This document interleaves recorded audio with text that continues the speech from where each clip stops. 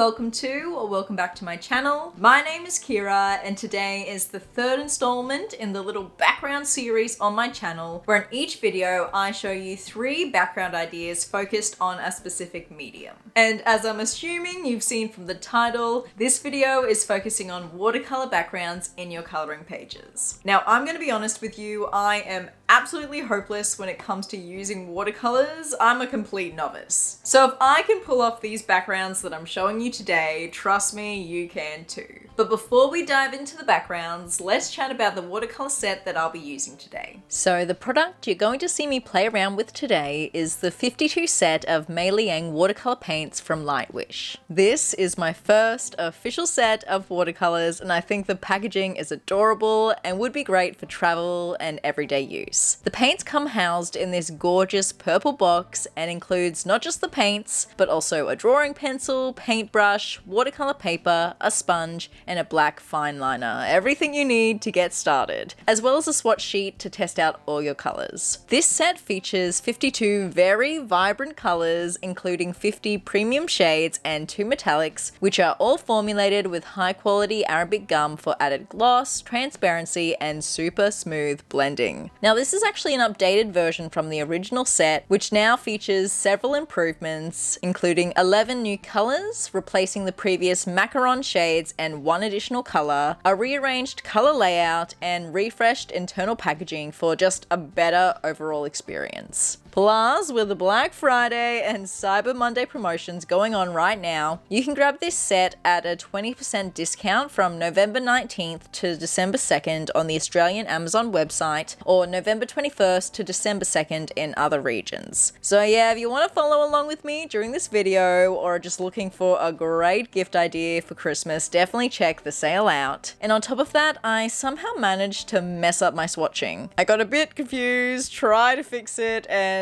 ended up swatching the actual colors on the side just to be safe, as you can see here. Now we're gonna start off easy with the first background idea just to dip our toes into the watercolors, pun intended. And the goal here is to create this really cool marbled watercolor effect. Personally, I think this is going to be my go-to method when I'm using watercolors on my pages. It's such a quick, easy, and effective method. The coloring book I'll be using to demonstrate this background technique is from one of my favorites, which is Enchanted Earth by Melpomene Chetsepenikotu, and it's going to be this mermaid page here. The first step in creating this background is masking off a border. I like to start by ruling a 1 centimeter border with a pencil to use as a guide when placing my masking tape. It keeps everything neat and consistent, which I find super helpful. As I mentioned earlier, this background is super easy and quick. It hardly takes any time at all. All I'm doing is working with 2 colors and blending them directly on the page. I wet my brush, pick up a good amount of pigment, and place a dollop of paint onto the page. Then I rinse my brush to remove the excess pigment and use the damp brush to blend the paint in circular motions. I just repeat this process, alternating between the 2 colors. Whenever my brush disappears off screen, I'm either picking up more paint or rinsing it to blend the colors out with water on the page. There's no set pattern for the color placement here. I'm just letting my intuition guide me and having some fun mixing the colors on the page. This is such a great technique to experiment with, especially if you're just trying to get to know your watercolors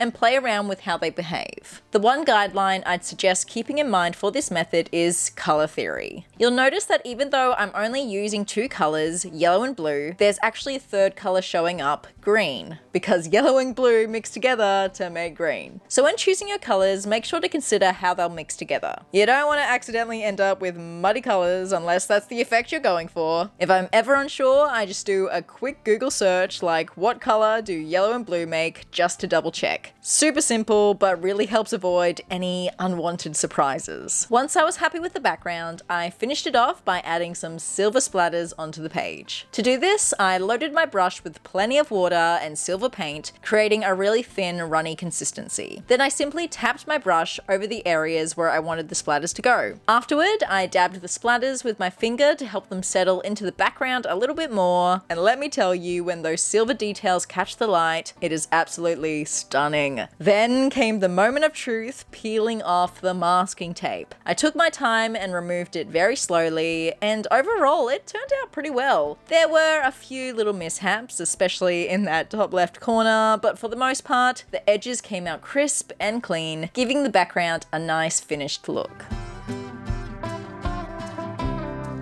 This next background, we're going to step things up just a little bit. Not only will we be using watercolors, but we'll also be having some help from some masking fluid and a cookie cutter. That's right, we're using a cookie cutter for this background. I found this image here on Pinterest and it's serving as my inspiration for this background. With that said though, I am going to put my own little twist on it. I want to make the background a little bit messier and almost evoke the vibe that we're brewing this love potion, which makes sense in the context of the page. You might remember me planning the color palette for this page in my last video. It's this page here from Spooky by Sarah Suchek. So here are the cookie cutters I recently picked up from my local grocery store for $6. I know, what a steal. And along with that, I'll be using some Winsor & Newton masking fluid and my new silicone brushes from Amazon. A quick tip for pouring out masking fluid, it's best to use a small container to keep the fluid from drying out. I actually use an old tablet case. I know it might sound a bit odd, but it actually works perfectly for me. For this page, I'm applying the masking fluid with a small flathead silicone brush, focusing on the inner edges of the jar and the flying axolotl. I did consider continuing the background to the inside of the jar, but I ultimately decided against it for this particular page. And if you caught my last video, you'll know I planned the color palette for this page alongside another one from Lulu Mayo's A Million Mermaids. And I was going to show you the process of me creating a background for that page as well, but let's just say it did not go to plan whatsoever. The masking fluid I applied completely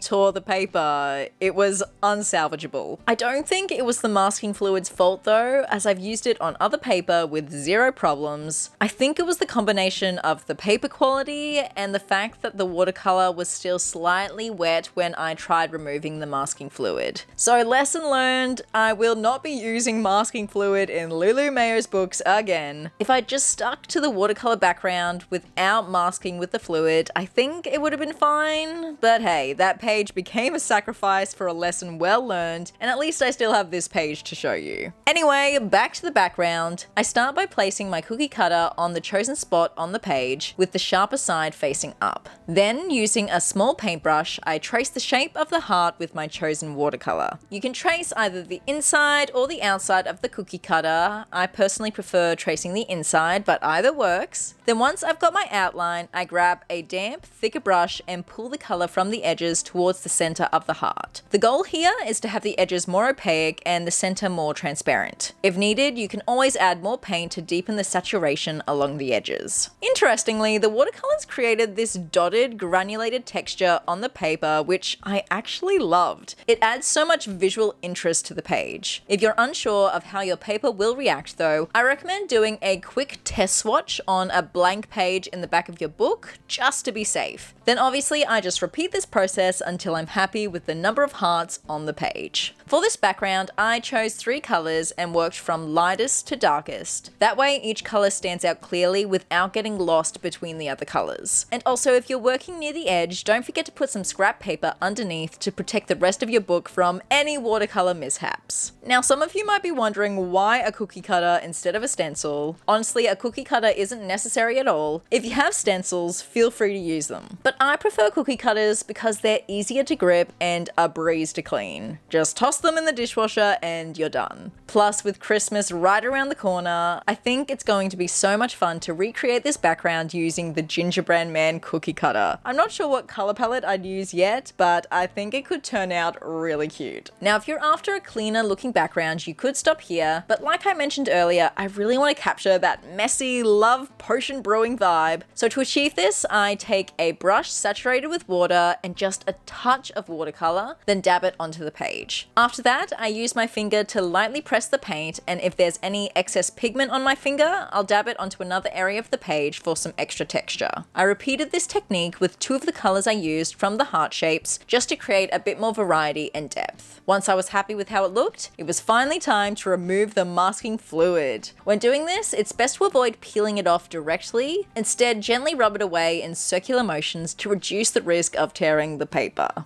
that said, as you'll see in the video, sometimes the fluid will just naturally peel off. Just go with it if that happens. Luckily, I didn't have any issues with tearing here, and hopefully I never will again. May that poor Lulu Mayo page rest in peace. Once I had removed all the masking fluid, I noticed that the paint smudges and love hearts looked a bit disconnected from each other on the page. So to tie everything together, I decided to use a light pink watercolor pencil. I lightly covered over any white areas that were still visible, then activated the pencil with a water brush to create a soft, seamless wash of pink. Using the water brush also helped reactivate some of the watercolor already on the page, which helped blend the pink pencil with the smudges and the love hearts to make it even look more smooth and cohesive together. And yes, apologies if you catch a glimpse of my nose popping in and out of frame. Clearly, I was in full concentration mode. But once that final layer was done, I was really happy with how the background turned out. The final background idea in this video is going to be using a combination of the watercolors as well as acrylic markers. I found the inspiration for this one from Pinterest as well, and I just loved the look of the soft watercolor-like sun rays against the bold black background. So to bring this idea to life, I'll be working on this page here from My Tiny Forest by Nina Steiner. The first step for this background is to map out your sun rays, or in this case, moonlight rays. To do this, I recommend using a colored pencil in the same shade as your light rays to help the lines blend seamlessly into the finished background. I didn't stress too much about making the rays perfectly equidistant, I just estimated the spacing. The only thing I made sure of was that all the lines met at a consistent midpoint. Another important tip is to ensure you have an even number of rays so you can alternate between the watercolor and black acrylic. I'll admit I totally forgot about this whilst I was sketching, but luckily I ended up with an even number by pure coincidence. Next, you'll paint a fairly wet layer of watercolor for each light ray. It's important that the layer stays wet because you'll then dot a darker color on top of it. This creates a beautiful marbled effect as the darker pigment blends into the base layer. I chose yellow for this demo, which in hindsight, I wish I'd picked a different color since I totally forgot that yellow and light green tend to look blown out and fluorescent on my camera. But at the end, I'll show you a photo of how the background looks in real life so you can see the full effect. And obviously I kept my color palette pretty simple here, but feel free to get creative and experiment with some multicolored light rays if you wish. This will help make your page even more vibrant and dynamic. So yeah, I repeated this process for each alternate section, and here's what it looked like once all the yellow rays were completed. Apologies again for the very fluorescent yellow, but as you can see, my watercolor application wasn't super neat, and that is totally fine because I'll clean it all up with my acrylic marker later. Before jumping into the black sections, I like to add a bit of structure by ruling out black lines with a fine liner. This gives the edges of the black sections a bit more precision compared to going in directly with the acrylic marker. When drawing these lines, I make sure to stay slightly within the watercolor sections. This ensures that any white space is covered, but if you do end up having some white space visible, do not worry, I'll show you how to fix that up in just a second. So next, I went in with my black acrylic marker. Depending on the brand you're using, it sometimes looks a little streaky at first, but at least with the Artex brush markers, I always find that the finish becomes much smoother as it dries. And to help with this, you can also try to keep your strokes consistent and in the same direction. I repeated this process until all the black sections were filled. Then to address any leftover white gaps, I used a colored pencil that matched the watercolor sections to seamlessly blend everything together. Now we head into my absolute favorite part of any sky background, which is adding white dots to create that magical starry effect. For this, I used 2 white acrylic markers, a 3mm marker for larger dots, and a 1mm marker for the finer ones. Mixing up the sizes adds so much visual interest to the sky sections and really helps bring the background to life. I concentrate most of the dots near the center point of the rays where the light is quote-unquote shining, and then space them out more sparingly as I work toward the edges of the page. To finish it off, I add a few of my signature cross-shaped stars for extra sparkle, and either outlined or filled in any stars already present on the page from the illustrator's design.